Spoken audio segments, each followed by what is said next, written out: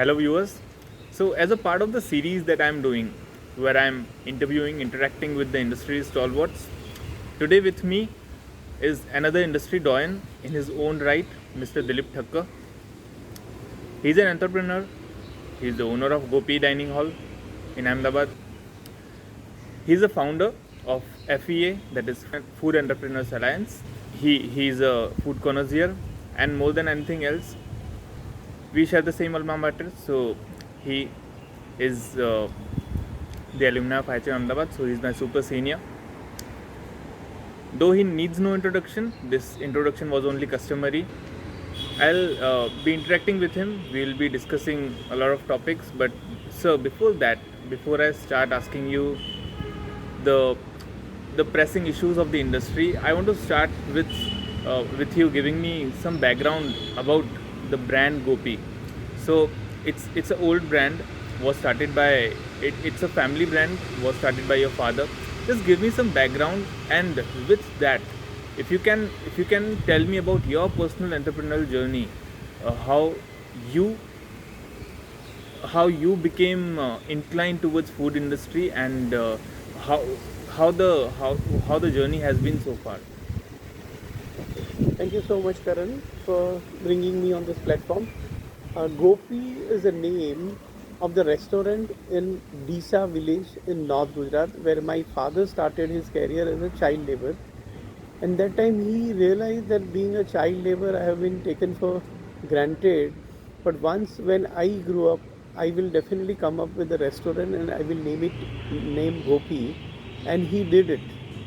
So Gopi was born on 14 February 1979 on Ashram Road near VS Hospital, and it was started in a very humble way with rented furniture, rented cutlery, crockery, rented utensils, and kacha dhaba. And it started doing well. People appreciated food, service. Being Rajasthani, hospitality is in blood, so hospitality was at par. Food was very good, prices were very reasonable and affordable, keeping the hospital environment in the surrounding, and it started doing well. And one fine day, I was passing by old Polytechnic Sachivalay, where this Institute of Hotel Management was existing. Initially, when I look at the boys and girls in a black pant and white shirt, I thought this must be another law college. But when I realized, I enter into the cabin of principal and I asked, sir, what is this institute about? Mr. Rafiq said this is a catering college, and once you study here, you can do your business professionally well. You can go abroad, you can go in flight catering, you can be consultant or trainer, whatever. And I requested for the admission, and that is how the turn started in my career. From unorganized sector, I got into a catering college. After completing my study, I took the loan from the bank, converted the place into air condition, and started doing very well. That day onwards, no looking back.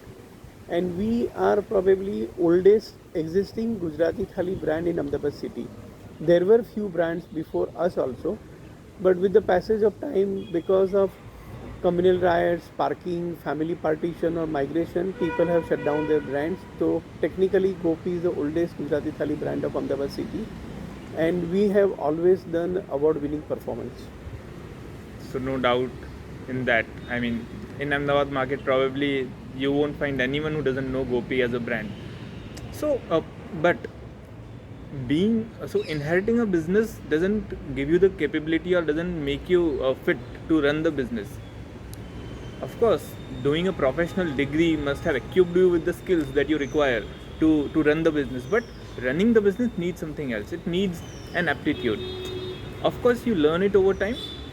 But so the Gopi, the brand that is today, it was not that developed. It was not that widespread the way it is today. So, what were the challenges that you faced, and how your professional education helped you? How you applied your skills or professional hospitality skills to make Gopi what it is today? Very brilliant patience. See, entrepreneurs always have a temperament of doing business by their gut feeling, a risk-taking tendency, and unitedness of the family, unity of the family. So these things were already existing. but because of my IHM background, gave me a eye to view business professionally, food cost, presentation, plating, after sales service, follow up, marketing, public relation, guest relation, whatever you may call it. I started becoming a member of institutes. I have started becoming a member of Ahmedabad Hotel Owners Association, Gujarat Rajya Hotel Federation, HRA Gujarat, HRA Western India, FHRAI, HAI, and at one point of time I was a part of IHNRA, that is International Hotel and Restaurant Association. So the more association I become part of it, the more convention I was used to attend. And during convention, during daytime we have a business sessions, technical session, workshops and seminar. Evening we have a leisure hours. So from there I picked up a lot of things. Then I keep on reading. I read business journals very regularly. FHRAI business magazine comes every month. Yeah, what are the new equipments in the market? What are the new service trends in the market? What are the changes in the law in the market? How to be eco-friendly? How to be user-friendly? So I kept on reading and learning and implementing it. And there is a saying that business teaches you business. आप एक बार business करना शुरू करो तो अपने आप business सीख लेते हो. And I knew that I am from the family which has started from the grassroots level. I am not from Switzerland or any international institute of hotel management or MBA college or IIM or anything. So I know that whatever I do and I want to do, I will have to do it on my own. So I was always keeping my eyes, ears and mind open to adopt new things and put it in the practice. Right. So from developing or growing yourself, now you have also started giving back to the industry. So let me come back to my next question. So you are the founding member of FEA, that is Food Entrepreneurs Alliance. So for our viewers, those who don't know what is FEA, I just want you to tell me what is the purpose of having such a association and who can be the member and what work do you do, FEA? FEA stands for Food Entrepreneurs Alliance. We are four friends, Rohit Khanna, Anil Mulchandani, Darshan Dawal and me. We four friends were used to meet very frequently being foodie, and we realized that this is a need of in our industry. A lot of new entrants are coming, startups, young kids completed their MBA and they don't know what to do further, so they have started cafe and they get lost because they have no knowledge from where to take license, from where to get the manpower, from where to get the machines and raw material, and how to handle the special circumstances like COVID and all.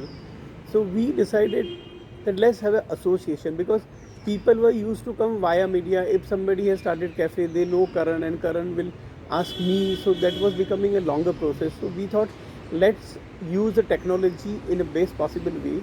We started with one group, formed the WhatsApp group, that whosoever is touching the food and wants to have some kind of support from the community kind of feeling, they can approach FEA and they will get free of cost knowledge, guidance, support, workshops, seminars, everything.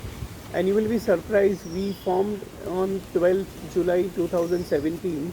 Today we are in the 5th year, and by this time we have 5,000 members across India. And we have conducted a lot of seminars and workshops pre-COVID time, because now it is restricted not to gather in a larger group, but we have done seminars on digital subject, FSSAI license, plastic ban. With our conscious efforts, we have been successful to remove with the help of government police license and health license also. Now only we have to have a FSSAI license. Now weight and measure department has become active. So I went to commissioner at Gandhinagar. I meet and try to understand what are the new laws are going to be in practice, and then I conveyed it to the community. So this is what is FEA, and we have more than 18 groups. We have segregated groups in different categories. We have the owner of 5-star hotels, we have general managers of the 5-star hotel group, restaurant cafe owners, bakery owners, outdoor caterers, home chefs, food park vendors, bloggers, Institute of Hotel Management and Consultants. Everybody is part of our FEA, and they can feel free to connect with us anytime. And this group works faster than Google. You just put a message that I want to have this XYZ chocolate powder, and you will get 10 references. And it will not stop there. They will say, okay, these are the 10 good brands, but I am dealing with these 5 brands. You will get the base, and if you need, give my reference, you will get the base rate and best service also. This is what is FEA. Right. So in a way, I can say it's an incubation center. If anyone wants to enter or become an entrepreneur, food entrepreneur, you handhold new entrepreneurs as well as the existing businesses who are struggling with something. You will support them to get maybe vendors. Also, the third part that you mentioned very well, you also interact with the government to know, and if possible, lobbying, or lobbying will be a wrong word. You try to negotiate with them, repo with them, try to understand them better, and how you can work together for the betterment of the industry. So, and so let's say if I want to become a member, how do I become a member? Is there any procedure, or We do not charge a single penny to any of our member. We have just created one link. right? If you desire to become a member, get in touch with us. We will send you link on your WhatsApp number. You fill up that link. So we have a data that your name, your email ID, and your mobile number. And if you are running an organization, we would wish that you have a FSSAI license also, because we want to support government also by ensuring that people are getting from unorganized to organized sector. If somebody wants to become member, he should have at least FSSAI number, and that will help them, and we will be having a detail of them. So anytime we want to conduct any seminar, workshop, like now our magazine get published, and if we want to send magazine, our e-magazine go to their email ID, or if their physical address is there, we can send in the print copy also. Right. So that's what we call optimum use of technology. That's you should be. The next question that I want to address, it's a disruption that happened a decade ago in the industry. I'm talking about online food delivery platforms. Since a decade, they have made their place, they have made their mark. They are here to stay. We have to accept this. I'm talking about Zomato and Swiggy, who are the online food delivery platforms.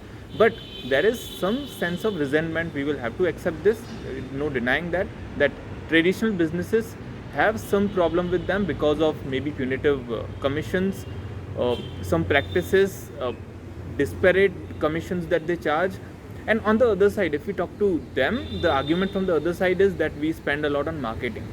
So this slugfest, is there a way? Is there a way for a win-win situation between the two? Can they two exist together, or this conflict is kind of perpetual?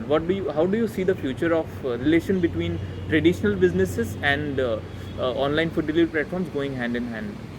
See, I have spent almost 4.5 decades in this industry, and every 10 years there is a cycle of business dynamics which keeps on changing. Earlier, people were not used to eat out; they were used to have food at their home only, because they were used to think that bahar ka khana nahi khana chahiye. But that trend changed. People started eating outside. It started with South Indian basic food. Then fast food came. Then the Punjabi. Then Chinese. Today Thai, veg, non-veg, international cuisines are also available. So this is one trend. Now earlier people were used to go out during weekends to have good food, because during the weekdays they don't get the time and family is at home. So it was an experience. Dining out is an experience. But again, with the passage of time, population is increasing, traffic is increasing, roads are narrowed down. So people thought, why not to, and in a special case, like if you are known to me and you will say, can you send me one thali at home, because today nobody is at home. So I was used to send it, and this smart international brands picked up this concept that food can be delivered at home, and for that we can charge. So initially, every multinational company is having a very peculiar way of operating business. When Pepsi and Coke entered Gujarat market, they were used to have cart on the street, and they were used to say, we are charging only 5 rupees, you can taste this.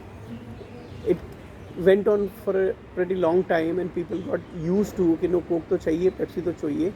तो वो 5 रुपये वाला glass उन्होंने निकाल दिया. फिर पेट bottle 500 ml, 250 ml, 1 liter, and now big bottles are sold humorously. People are drinking that only, they don't know what they are drinking. Similarly, when Zomato approached us for the first time, they said we will not be charging you anything. आपका खाना वैसे ही बनता है 100 लोगों का, तो 10-20 लोगों का खाना हम किसी के घर जाके पहुंचा देंगे. तो we thought this is good. We will be having a optimum utilization of our spare capacity, and we will increase our sale. So we were happy and delighted, but never realized that where this will go. And people started getting used to that during daytime they're out driving, traffic, parking. Once they are back home at 8 o'clock, now they don't want to change again and dress up. They want to sit in front of the TV in their casual, homely attire. And wife is getting dosa, husband is getting pizza. So if they go out, they will have to go to two different brands. Rather than that, the two brands food is coming their home. And then Swiggy came to the market, and that becomes number game, that who is selling more number of units will get more funding. So they started advertisement, they started giving discount, they started squeezing us out and forcing us to give the discount. But all said and done, this has become an inevitable part of the business. You cannot get rid of this, so you have to be part of it, otherwise your visibility will get affected. So to remain in the market, you have to get associated with Zomato. But if you are smart enough, try to convince your guests that we will deliver in nearby areas from our boys and we will not charge for that. And you come to our restaurant and enjoy the food, see the smile on the face of our team members, ask for the hot and fresh food, have many options, enjoy beautiful music and temperature and fragrance and everything. But yes, it is a new trend, it will remain for some time. Again, something else will come and this will go out. Okay. But I'm just playing devil's advocate. If the customers are liking something, then the service providers have to adjust themselves to that. So you'll agree with that. So in a way, this disruption, actually it's an evolution of the market. So there is nothing wrong with that. But the problem that I'm saying, or businesses have, is the punitive commissions. So what are specific things that you want to point out that you think if these things can be eliminated, then it can be a very happy marriage between delivery platforms and the businesses. See, delivery platform people are also in business, we are also in business. Right. We can't expect them to deliver our food free of cost because they employ staff, they keep bikes, there is a petrol use, there is a technology use, there is a huge team work for them at the back end or in the front. So we can't expect them to serve food to the people at their cost. It is not possible. At the same time, when we part huge hefty commissions with them, we left with nothing. So we once tried as an association to interact with them and negotiate that you keep reasonable percentage.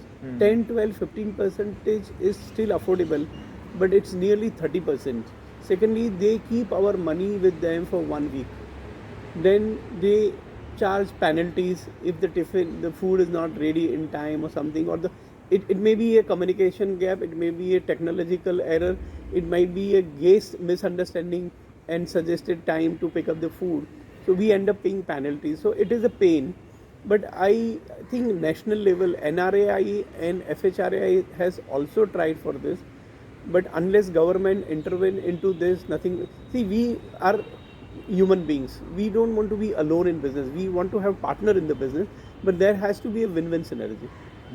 Right. So with that, sir, I want to shift from more current or pressing issues that the industry is facing right now. Of course, I'm coming to the current pandemic situation that we are going through. It has been almost 2 years that we are into the pandemic. It's a medical emergency, but the subsequent lockdown that happened led to a huge disruption, and the business suffered immensely. Now, it may be a boring question because many people must have asked you many times, but what I want to know is, what is the comprehensive situation? Maybe you can add some statistics to it and make us explain what was the impact that hotel, hospitality, food industry has faced because of the pandemic, and where we are currently right now, and maybe what is the future that you see because of the pandemic. I would put it like this: people take sabbatical to study better and further. So similarly, we were forced to take sabbatical for the business for 2 years, and we were almost left with no business because I distinctly remember all the dates. In 2020 March, Narendra Modi ji announced curfew or Janta curfew It was only for one day. only for one day.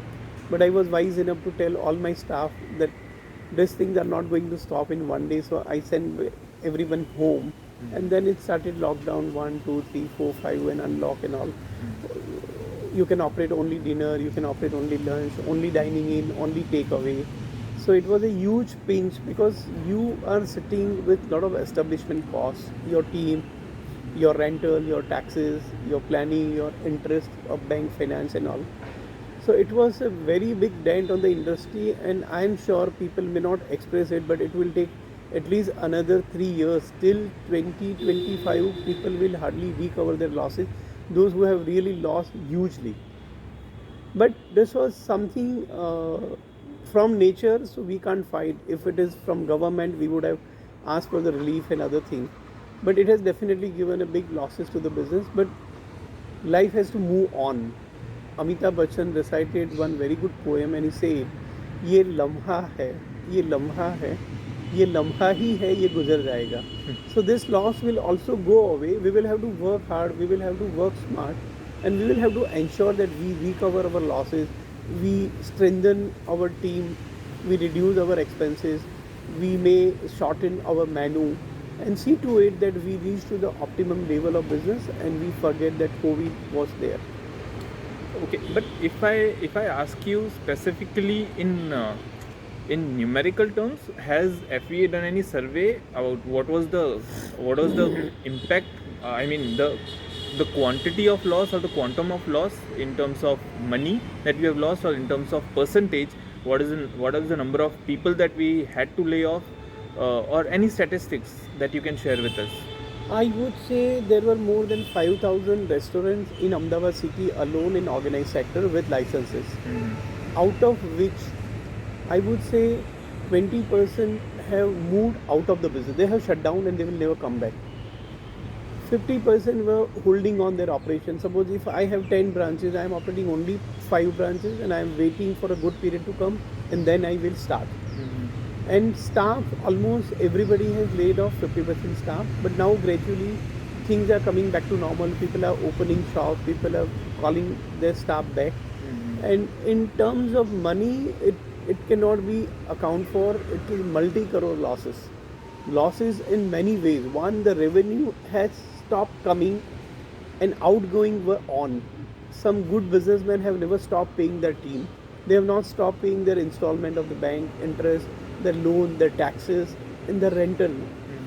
But it is something beyond anybody's control, so we cannot do anything. If you have options to run away from this situation, that's fine. Otherwise, you have to get settled in this industry only and see to it that you try to bring back things on the track. So, as an association, did FEA take any steps? I mean, in terms of convincing the government to give some concessions or supporting smaller businesses? What were the steps that FEA took, or if you can describe? We met to Chief Minister of Gujarat, Mr. Vijay Rupani, n number of times to try to first of all we convince them to allow us to do the business, so at least our cash box will keep on ringing. That was one point. Secondly, we requested the time when we have not used our property, give us some relaxation in property tax. Third, we have requested for GST relaxation, or giving us some more time to file our returns and paying tax. But government had their own arguments that we have spent huge to ensure that Gujarat state remains safe and healthy. They have gone out of way, they have provided free vaccination and lot of things they have also done. And there are n number of industry in the state, so we can't expect that government will do a special treatment to the hospitality industry. Right. So fair point, even we can understand. So next, moving from the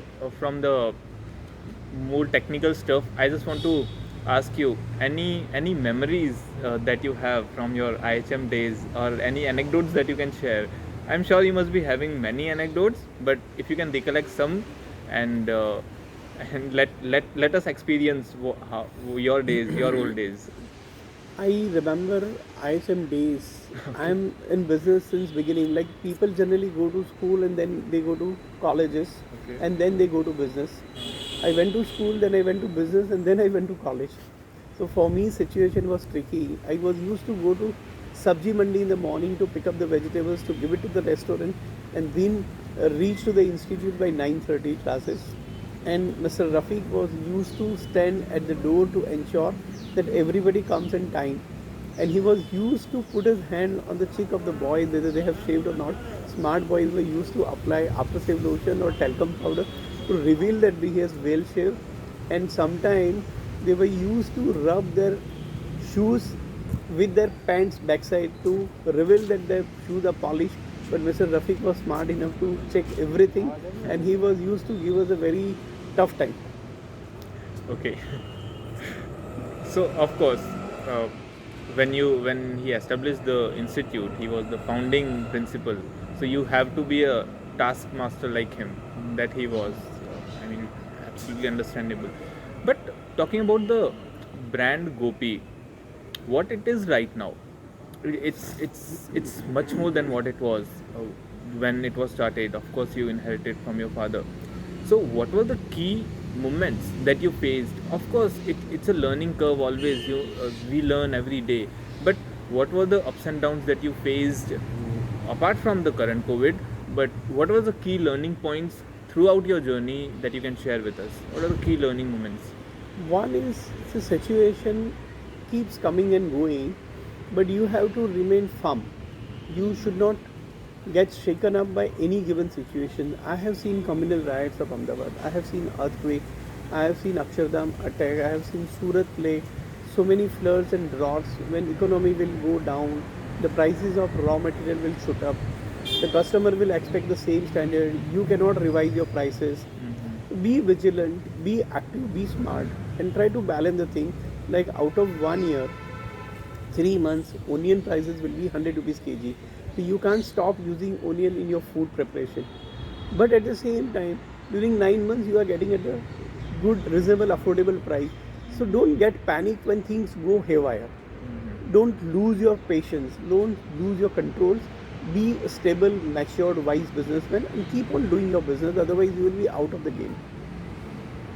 So patience is the key. That's what you would suggest. Being a faculty in IHM, I would say yes, we have entrepreneurs. Our students become entrepreneurs, but I'm not hesitant in saying that there are very few of them. We should have more of them. Now there are efforts people are doing at national level, and CHMCT is doing some efforts at the institute level. What would you suggest? What should be done to inspire the new graduates to take up entrepreneurship as a career? Because uh, businesses are the key to develop the economy, and of course you need people to be employed, because otherwise who will work? But you also need entrepreneurs. I think we are lacking there. It's my personal opinion. How what inputs can we as faculties give to inspire students for moving towards entrepreneurship? See, you people are faculty. You teach the student theories and all charts and cost and SOPs and standard formats and everything, right? I Right. appreciate that is also very important to run the business professionally. Right. But entrepreneurship is something different. And entrepreneur may turn professional, but professional may not turn very easily to entrepreneurship. So what you can do is you can introduce few lectures by inviting entrepreneurs like me who will come and share their life journey with your students, so that might inject some kind of information to them that yes, this kind of situation can also happen in business. You can start your business with grassroots level. You can grow with your family support, your risk taking ability, your family sanskars and values. You can see n number of examples are there. You can call Vadilal ice cream owner. I have read everybody's history that they started selling kulfi on the bicycle. Mr. Gandhi family. Today they are everywhere. More ice cream. Similar, Mr. Satish Chandra Chona had a small cart of ice cream near stadium area. Haldiram, Gwalia, Narendra Somani of TGV started with a tea stall. So there are n number of examples, and they all would love to come and give back to the society by sharing their stories to the upcoming generation and students. That studying technical thing is one thing, but having a foresight to do business, to take risk is another thing. So there should be amalgamation of two things: professional teaching and entrepreneurship. That will definitely help new students and upcoming students to learn entrepreneurship skills also. Will FEA take a lead if I suggest, if I say, put my students into some practical situation and let them experience with a limited risk, let them experience what it takes to do the business. Maybe they may watch up things, but we can always control it. Can we, before they actually venture into it or take a leap, can FEA as an association take a lead to put them into those situations, make them experience difficult situations? Definitely, we would love to do that. In fact, we can do the mock also. We as a FEA can come to the institute, we can invite them to our events, and special event can be designed that I will find out 5 lakh rupees donation. I will pick 5 students from your institute. I will give 1 lakh rupees to all 5. I will give you business idea. I will be the resource person, space the gray area where this market is existing, and we will take the risk of 5 lakh rupees. And if they earn and give back to us, that's fine. Otherwise, we will consider that as an investment in the new generation. So those kind of exercise and experiment will bring a lot of newness and new ideas to them. That yes, when I was student, I did business with 1 lakh rupees capital, and I made it multifold 5 lakhs or 10 lakhs. So same way, once he will be graduated, he will take the huge loan or foreign funding or joint venture project, and he will be able to do big projects. That's a very good commitment from the founding member of FEA. I must appreciate. Thank you, sir. So, final remarks, sir. I would say for all the viewers. So I have no specific question. I asked you most of the things that I had in mind. For our viewers, what is the message that you want to share? Maybe your industry colleagues, maybe students will watch this. Can you send a message for everyone? Can it be a collective message? I have not one message. In one bottle, I cannot put two kind of alcohol. So one message for the upcoming student is that never take any long-term decision depending on the instant situation. Like today, COVID situation happens, and if somebody decides that no, I want to close my business, that's not a wise decision. COVID situation is not going to remain forever, right? Secondly, when you do the business, either you yourself should be professional, qualified, or if you are an entrepreneur, you should take the help of professional and trust them. Then you will never go wrong in the business. Don't do the business with emotions. Be practical, mature. Go for market survey, feasibility report, viability report. Since we have this kind of scientific tools to study and gauge the market, then why to close the eyes and jump into the well without realizing the situation in reality world? So thanks a lot, sir. It was truly a pleasure to interact with you. Thank you so much. Hope to have more conversations with you in future, and maybe, and I'm not maybe, definitely will materialize what we have discussed here, and try to make the entrepreneurship a more popular idea or the career choices among students. So thank you, sir. Thanks a lot. Welcome. Pleasure Welcome. it was.